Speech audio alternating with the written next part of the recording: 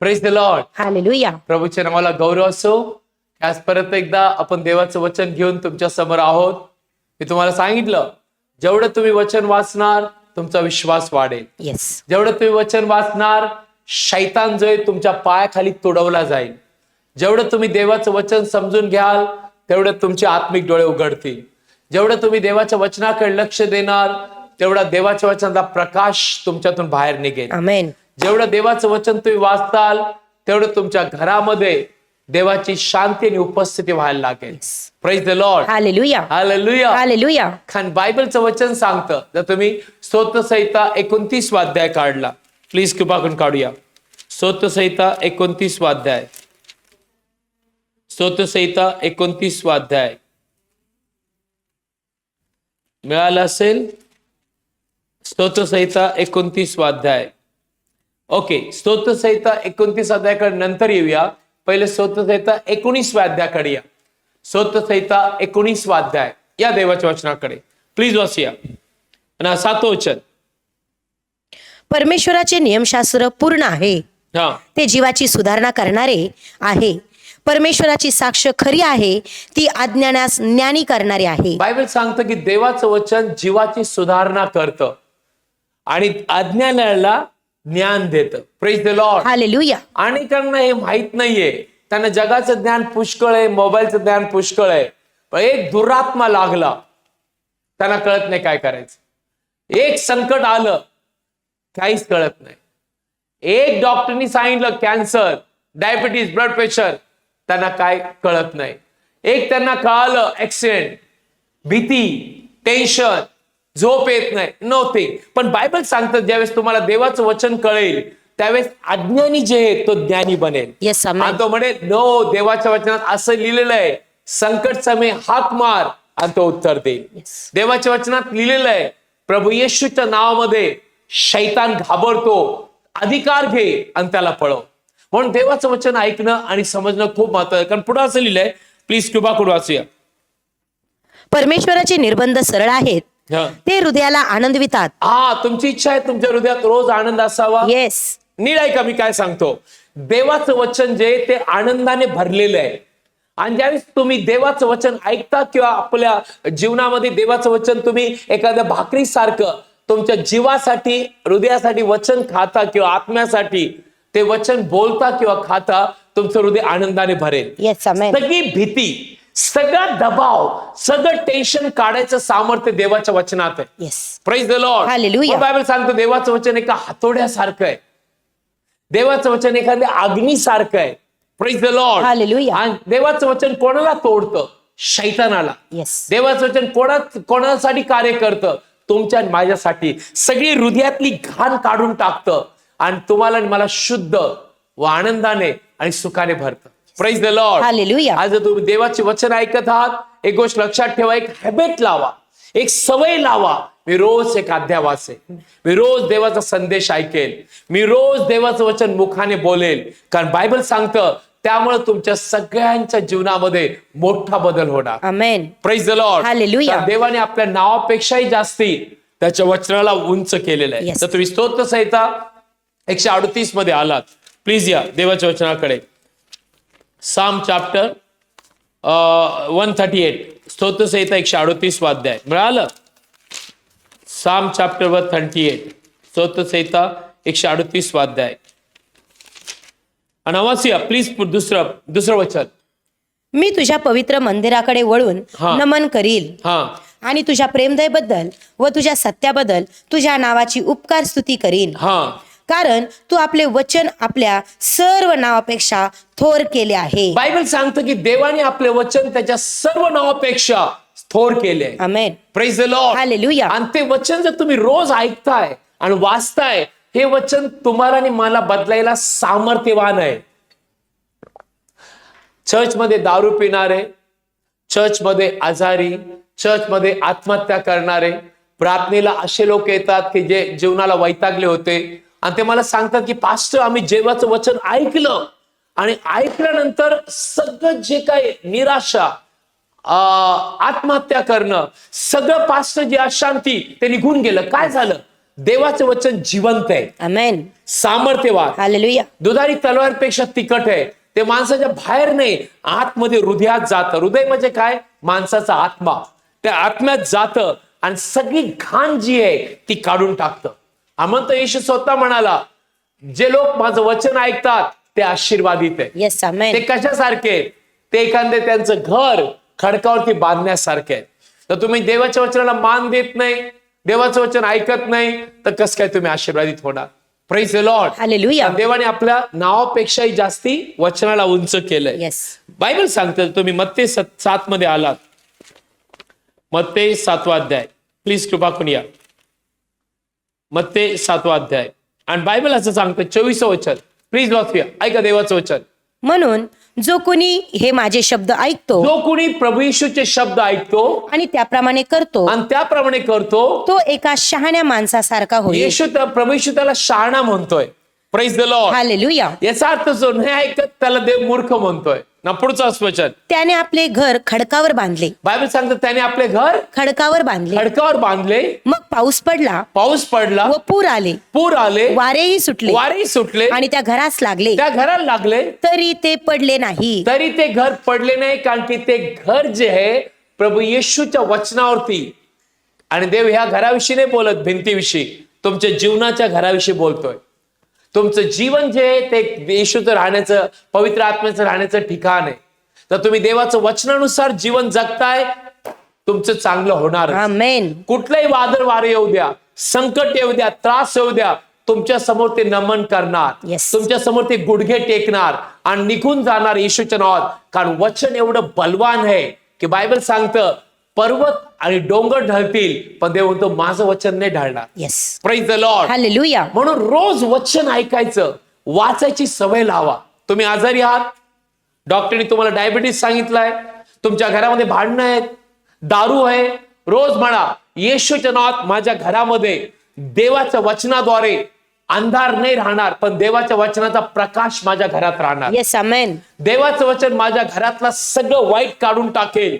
आणि देवाचं वचन येशूच्या नावामध्ये मी आज्ञा देते की माझ्या घरात देवाच्या वचनाचा मोठा गजर होणार. Amen. Hallelujah. Hallelujah. Praise the lord. Hallelujah. अंधारामध्ये बोला की माझ्या घरात देवाचं वचन प्रकाश आणेल. येस. आजारात म्हणा की देवाचं वचन माझ्यासाठी आरोग्य आणणार आहे. Amen. का स्तोत्र संहिता 107 आणि 20 वचन, प्लीज वाचूया. ऐका देवाचं वचन. साम चॅप्टर 107, स्तोत्र संहिता 107 अध्याय आणि 20 वचन, प्लीज वाचूया. तो आपले वचन पाठवतो हा. आणि त्यांना बरे करतो. बायबल सांगतं देव काय पाठवतो. आज तुमच्यापर्यंत काय येते? वचन. आम्ही नाही येऊ शकत. स्वतः देव स्वर्ग सोडून येत नाही, पण देव काय पाठवतो? वचन. वचन म्हणजे स्वतः प्रभू येशू आहे. येस. तो येतो आणि वचन जे वचनाद्वारे ते सगळं झालंय. बायबल सांगतो देव बोलला उत्पत्तीमध्ये, स्वर्ग पृथ्वी तयार, आकाश सर्व काय तयार झालं. आणि तेच वचन आज तुम्ही ऐकताय, तर तुमच्यासाठी जे काय आहे देवाचं वचन तयार करायचं सामर्थ्य आहे. आमेन. म्हणून प्रेषित पॉल काय म्हटला? प्रेषितांचे कृत्य, प्लीज 20 अध्याय. ज्यांच्याकडे बायबल आहे त्यांनी कृपा करून काढूया. प्रेषितांचे कृत्य 20 अध्यायामध्ये आपण आहोत. मिळालं? आमेन. हा मग केलं बंद. 32 वचन, प्रेषितांचे कृत्य 20 अध्याय आणि 32 वचन, प्लीज वाचूया. तर आता मी तुम्हास देवाकडे व त्याच्या कृपेच्या शब्दाकडे निरवून देतो. प्रेषित पॉल म्हणतो मी तुम्हाला देवाकडे आणि त्याच्या कृपेच्या शब्दाकडे, वचनाकडे सोपून देतो. Yes. का? कारण की वचन काय करताय का? तो तुमची वृद्धी करायला हा. आणि सर्व पवित्र केलेल्यांमध्ये तुम्हास वतन द्यायला समर्थ आहे. कोण? देवाचं वचन. येस, आमेन. हालेलुया. हालेलुया. देवाचं वचन तुमची वृद्धी करणार. तुम्हाला जे काही प्रभू येशूमध्ये वचन आहे ते 100% देवबाप मिळून दिलेलं आहे. तुम्हाला फक्त वचन ऐकायचंय. येस. आज तुम्ही आजारी असताल तर फक्त देवाच्या वचनात म्हणा की येशूला बसलेल्या माराच्या वाळाने मला आरोग्य मिळालेलं आहे. आमेन. मी येशूच्या नावात ते आरोग्य स्वीकारतो माझ्या शरीरात. येस.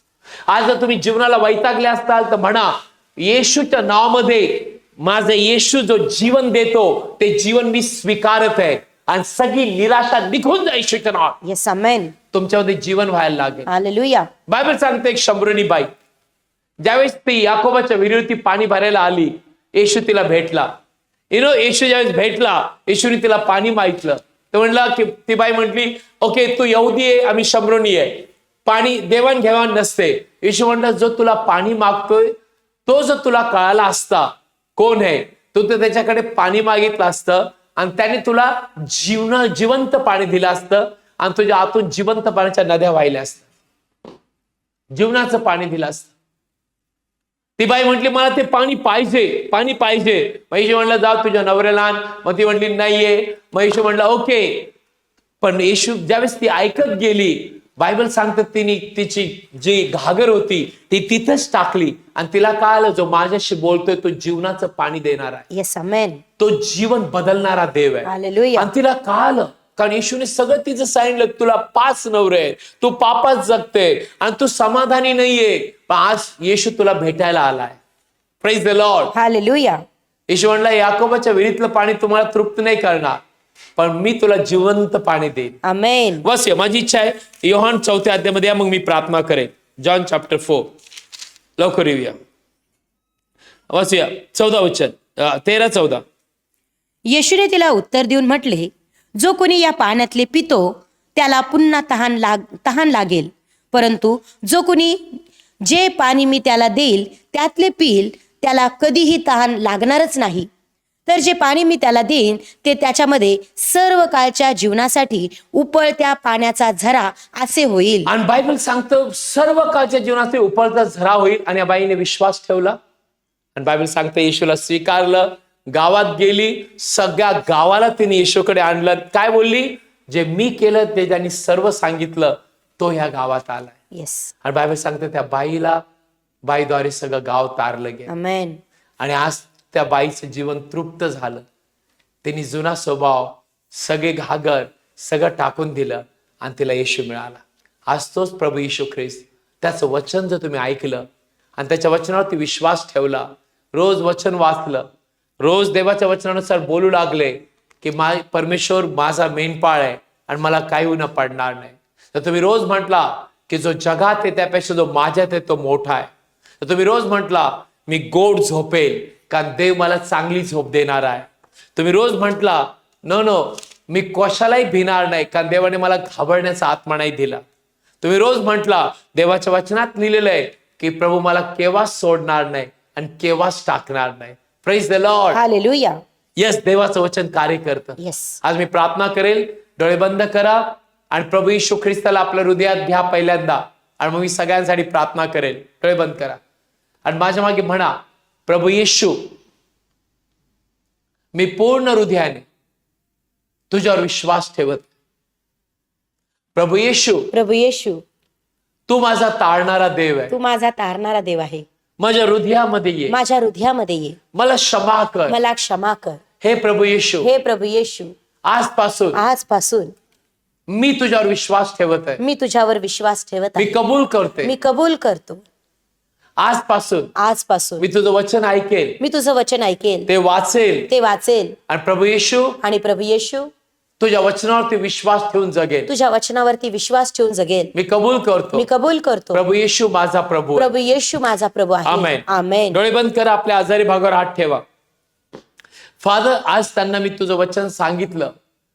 जो व्यक्ती तुझं वचन ऐकतो तो एखाद्या घर खडकावरती बांधणाऱ्यासारखा आहे. वादळ वारं त्या घडाला लागणार पण ते पडणार नाही. Yes Lord. याचा अर्थ वादळ वारं त्याला काहीच करू शकत नाही कारण ते जिवंत देवाच्या वचनावरती आहे. फादर, यांनी तुझं वचन ऐकलंय. प्रभू येशूच्या नावात मी यांना आशीर्वाद देतो. Yes Lord. पवित्र आत्म्याने, कृपेने, देवाच्या वचनाने, देवाच्या प्रीतीने आशीर्वादित व्हा. आमेन. जे शैतानाने त्यांच्या जीवनात घाण टाकलेली आहे, त्यांचं हृदय पूर्ण चिंतेने आणि पूर्ण भयाने आणि पूर्ण शरीर आजाराने भरलंय, मी आज्ञा देतो शैतान त्यांचं शरीर, जीव, आत्मा सोड येशूच्या नावात. डोक्यापासून पायापर्यंत असलेले सगळे आजार निघून जा येशूच्या नावात. आणि डोक्यापासून पायापर्यंत येशूच्या नावात आरोग्य व्हायला. आजपासून त्यांचं घर जीवन वचनाने भरू दे. रोज ते वचन वाचू दे, प्रार्थना करू दे. आणि पास्टर, त्यांच्या हृदयामध्ये प्रत्येक जी इच्छा आहे मी आज्ञा देतो येशूच्या नावात पूर्ण हो. प्रत्येक संकटातून, त्रासातून, दारूतून, वाईटातून येशूच्या नावामध्ये मी त्यांना आज्ञा देतो, पूर्णपणे मोकळे व्हा. आमेन. कारण देवाचं वचन कार्य केल्याविना परत नाही येणार. Yes Lord. प्रभू आजपासून तू त्यांच्या मुखात तुझं वचन असू दे होय देवा. आणि प्रभू त्यांच्या प्रत्येक इच्छा पूर्ण कर. मी येशूच्या नावात त्यांना प्रवेशनात त्यांना आशीर्वाद देतो आणि प्रभू येशूच्या नावात मागतो. Amen. Praise the lord. Hallelujah. प्रत्येक 8:30 वाजता रात्री आपण भेटत आहोत. शुक्रवारी संध्याकाळी 7 ते 9, रविवारी सकाळी 10:30 ते 1:30 वाजेपर्यंत. लक्षात ठेवा, तुमच्या प्रार्थना विनंत्या पाठवा. चर्चला भेट द्या. जर तुम्ही कुठल्या विश्वासू चर्चला जात नाही, तुम्ही फोनवरती प्रार्थना साठी संपर्क साधू शकता. आम्ही रोज तुमच्यासाठी प्रार्थना करतोय. God bless you. आमेन.